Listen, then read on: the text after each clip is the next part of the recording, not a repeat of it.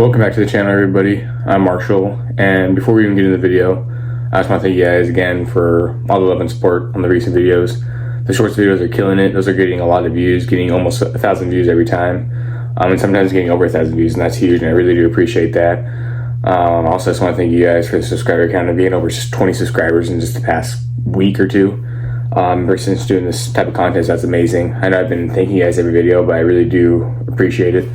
Because it was a hard decision, to just, change the channel name and, just to start making these videos. I didn't know how people were going to like them, but you guys seem to enjoy them. And I've even been getting some comments that you guys enjoy them. So please keep commenting because that really helps out with the YouTube algorithm. I really appreciate that. Like, subscribe, comment, all those types of things always always help the channel out. And I've always really appreciated. I've been trying to upload a video every time I don't work. I work about 3 to 4 days a week. So then I try to upload the other 3 or 4 days that I don't work. If I have stuff to talk about, it's kind of hard to talk about a lot of stuff in the off season. But in today's video, I want to talk more about, individual players. I know I've done videos talking about the guards, the posts, the whole team in general, but I haven't really made a video just talking about one certain player on the team. I mean, I did that for a couple guys that, we signed recently. But I want to talk about the guy that we first signed, the guy that, was first signed under Coach Huden for this offseason, and that's Dionte Bostick, and I think he has a chance to be one of the greatest players in Conference USA. So first things first, Dionte is a great scorer, really great player overall. Scores in the paint, most of the time. I think he got a little more than half his buckets in the paint. He's a strong guard, 6'2". But he's a strong guard, so I wouldn't say he's undersized, because he's a point guard. 6'2" is pretty typical, average size for a point guard in the NBA and even in college. I think NBA is about 6'3", but college probably about 6'2". Jalen Jackson-Posey was 6'2" for us last year, so he's not really undersized. The guy that is undersized on our team, Gabe, Pickens, about 6 foot. He's also a strong dude that can finish in the paint very well. So even though we have some guards that aren't like the tallest, they know how to finish. And Christian Cook's another guard that we have, 6'2", but he can shoot the ball very well. He averaged 24 points per game his senior year in Clearwater, Florida, at Eastlake High School. So he dominated in high school, scored the ball very well. He averaged 15 points a game and 4 rebounds at Cal State Northridge in the Big West Conference last year. The Big West has many great teams like UC Irvine, who the Aggies have played for. They played them pretty much every year. We lost to them in the past couple years, but we also did beat them in 2021-22 season. Back when we had Teddy Allen, Serge Rice, Johnny McCants, Clayton Henry, all those guys. So they're always a tough team to play and tough team to beat. They also have teams like Long Beach State, UCSD, which is where Emmanuel Shimanga came from, and then he's pairing up with his brother Nate Shimanga, who I've talked about in recent videos, so that's huge to have that brotherly love. So kind of cool how these guys have played against each other, and now they'll be playing with each other in New Mexico State. It's unfortunate we only have him for 1 more year because he only has 1 more year of eligibility, but it's better to have him for a year than none. He's super athletic, and he's a great upgrade in our backcourt. Him and Christian Cook can be great in the backcourt together. And then a guy at the bench, Zawdie Jackson, which I thought that's how you pronounce it. And then when I was watching some reports and stuff, people were saying Zawdie. And then I saw he posted something the other day, and he said, hey, it's Zawdie Jackson, member of the Aggies. And so we're going to go with Zawdie. I'm pretty sure that's how you pronounce his name, because if he said that's how you pronounce his name, I would hope that is right. So he's going to be a great scorer. Also in the backcourt, probably coming off the bench. He averaged over 20 at D2 school. And I'll probably make a video talking about him in a couple days or something when I don't have work. Might make a video on him. I think that'd be great to do. Have these 2 great guards that we have in our backcourt now to talk about, and just make a video just about them and let you guys know more about them. I know I've talked about both of these guys in previous videos, but I just mentioned them really briefly. I haven't made a whole detailed video analysis on them, so really wanted to do that. He's also a great catch and shoot player. He can shoot the 3-ball well, but the way he shoots it the best is catch and shoot. We have guys like Christian Cook, who he can come off the dribble and shoot the ball very well. He's a catch and shoot player too, but if you have Cook, coming off screens hitting threes, and then Dionte hitting threes off catch and shoots, that'll be huge to have. Then we got guys like Robert, who can stretch the floor with his shooting.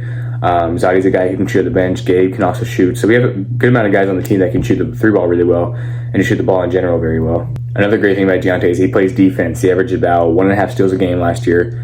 He also shot 45% from the field, 34% from 3, which isn't the greatest, but not bad. The only downside to his game, or the only downside that I saw in his stats and then watching his highlights, was his free throw shooting. It was not the greatest. He only shot 69%, which for the Aggies probably isn't too bad because we had guys like last year like Femi and Casey, who only shot about 50% from the free throw line. I love those guys, and they did a lot of great things for us, and I posted some shorts about them, and they're great players. But they just cannot shoot the free throw that well. So it might kind of scare Aggie fans that Dionte can't shoot the free throw that well, even though he can shoot the 3-ball and shoot the mid-range well. A guy like Markelle Fultz in college, at Washington, he shot the ball very well from three, shot about 40%, shot about 50% from the field, but then only shot like 65% from the free throw line. And unfortunately, his NBA career hasn't panned out the way I wanted it to, but I guess he always has a chance to bounce back. Getting a little off topic, just, hopefully Dionte can improve his free throw shooting this year. I would like to see him shoot at least 80%. I'm sure that's something he'll work on, and I'm sure Coach Hooten will work on him with that because that's a weakness in his game. Coach Huden's going to want to see improvement on that throughout the season. And that's something he was frustrated about a lot, is because he knows that if we would have made free throws, we would have won a lot more games. I remember Femi, he shot 7 for 10 against Jacksonville State, I think, from the free throw line, and Coach Hooten said that if he shot like that every game, then they'd have a couple more wins probably. So free throw shooting is a big thing for Coach Hooten and for most coaches, and so I know something they'll work on a lot. I know they worked on it a lot last season, I'm assuming, at practices, and it translated the game sometimes it didn't, but hopefully this year it does more. There's obviously going to be games where we miss them, but we can't get upset at every missed free throw. I would like for them to shoot 75 to 80% from the line. I mean, 80 would be kind of high. There's not a lot of teams that really average 80% from the free throw line. I think last year, what did they shoot? I saw somewhere they shot like 71% from the free throw line, and my friends and I couldn't believe it. We're like, there's no way. Because we had some great free throw shooters like Jalen Jackson-Posey, Christian Cook, Jordan Rawls. Those are probably our best free throw shooters, percentages-wise. They all shot about 85% or higher, closer to 90%. I can't remember if any of them averaged over 90%. Because I know Jay and Christian were shooting like 95% throughout the first couple games, but then obviously, as the season goes on, they start to miss a little bit more. But they also made some more too, but it wasn't as great as at the beginning of the season. But I would like for our team average to be, I'll say 75. I think 75 would be good improvement. That's pretty average, I would say. I think the Blazers shot 76% from the free throw line one year, or 72 one year also. And then I think one year 76 led the league or something, which is weird to think if that is true, because you would think that professional athletes can shoot the free throw a little bit better. You'd also think college athletes can shoot the free throw a little bit better. But we've seen in football too, kickers miss a lot, where it's like, you just have one job, dude. Kick, make the field goal. And then in the NBA, I mean, it's not your one job, but like you're at the free throw line, no one's guarding you. Those are the easiest points other than layups. Other than wide open layups, I should say, because some layups can be tough if you're being guarded or contact finishes. Wide open layups and free throws, there's no one there to guard you. You should be able to make those. So hopefully the Aggies can shoot better from the free throw line this season.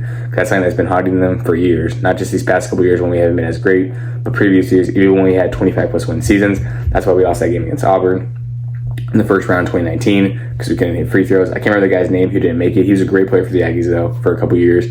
Number 3, but he's a little short. I think he was like 5'7" or something, which is weird because a lot of guys who are like short like that can shoot free throws really well, but he just simply couldn't. And he missed 2 out of 3. And then Traveling Queen airballed that last 3 to give us the win. But he's doing great things in the G League and the NBA. I do want to mention I was watching the NBA draft last night, and then there's also the second round today, which is the first time in NBA history they're splitting up in 2 days. Kind of weird at first, I was thinking, but I guess they just wanted to try it out. Maybe this is the draft to do it. I just feel like nobody's going to really watch the second round because this draft's a little bit weaker in general. Maybe if it was more of a hype draft, people would.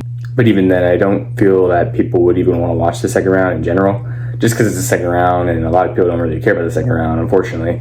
I do. There's been a lot of great players that come out of the second round, like Nikola Jokic, Isaiah Thomas. Man, I miss Isaiah Thomas. Didn't have that injury back in 2017 because he could have got a ring with the Celtics if he stayed there. That would have been cool. But what I wanted to mention was yesterday, like I said, it was the draft, but it's also 8 years since Pascal Siakam got drafted into the NBA by the Toronto Raptors out of New Mexico State. So that was cool. I didn't know it was the 8-year anniversary after that. I just knew it was around this time, obviously, but it had been exactly 8 years, so that was cool to see. Dionte's scoring has improved a lot, too. I mean, throughout his college career, he averaged 12 points per game, before this last year, where he was averaging 15. And he averaged single-digit scoring his first couple years at Murray State. Transferred to another school, did well, and I think he has a chance to transfer, he already transferred to NMSU, but I think he has a chance to improve his scoring here. He's in I wouldn't say a weaker conference, but I think I guess it is a weaker conference. The Big West is a tough conference. Conference USA is also going to be a tough conference, I think, for years to come, but not as good as the Big West, I would say. UC Irvine, they've been running that conference for a little bit, but Long Beach State, they were the one that made the tournament this year. Another team in the Big West is Cal State Bakersfield, which is actually a former WAC opponent of the Aggies. And former Aggies do play there, Jaden Alexander. And Shaq, it's hard to say his name, Shaquille Adenwayu, I can't really say his name, but Shaq. Those two are actually there now. Shaq played a year last year of community college basketball at West Valley in California, and they actually went 33-0, won the state championship there. And he averaged dominating numbers. I think he averaged like 16 and 10, averaged double-double. Jaden Alexander had a chance to get some minutes last year and prove some people wrong. I know Jaden wants to go to the NBA eventually, so hopefully he can get more of a role at Cal State Bakersfield. and he's from California, so he's back home in a way, not directly from the Cal State Bakersfield area. I can't remember what part of California he's from. I know he wasn't from anywhere where I was living at in San Diego, because I was talking to him a little bit about it, but he's a great hard worker, so hopefully he has a chance to, prove some doubters wrong and make the NBA eventually, and hopefully Shaq can play well for another Division I team after dominating community college basketball. Overall, the point I'm trying to make is that the fact that Dionte is transferring to a slightly weaker conference, I think is a chance to improve his scoring even more to about 18 points a game, or slightly more, maybe slightly less. I'm using the word slightly a lot.